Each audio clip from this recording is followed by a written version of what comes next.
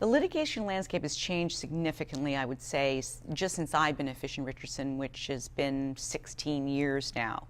When I came, there were not nearly as many patent cases, for example, and those that were tended to be company versus company, so it was sort of like bet the company cases. Then, of course, there was the era of what we call the non-practicing entities that came in, where they had no product themselves, they just simply had patents, and so a large company would find themselves where they might be faced with 2 or 3 lawsuits a year, all of a sudden being faced with 20 or 30.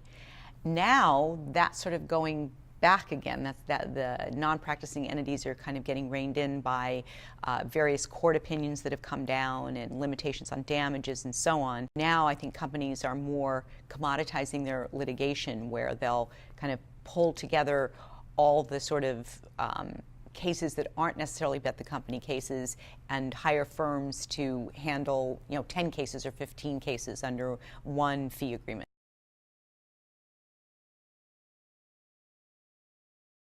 Fish's advice to all of our clients, whether they're thinking of bringing a case or they have been hit with a case and they need to defend against it, is not to be reactive but proactive.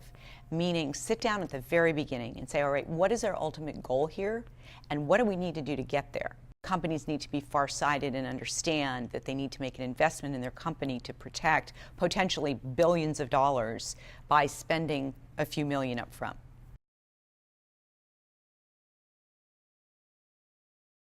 So what Fish does is we work our cases such that we are very cost efficient.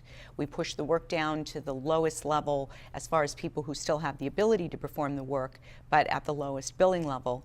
At the same time, we also engage in very creative fee arrangements with our clients so that they can get some sort of surety that they're not going to be hit with some huge bill down the road that they weren't anticipating.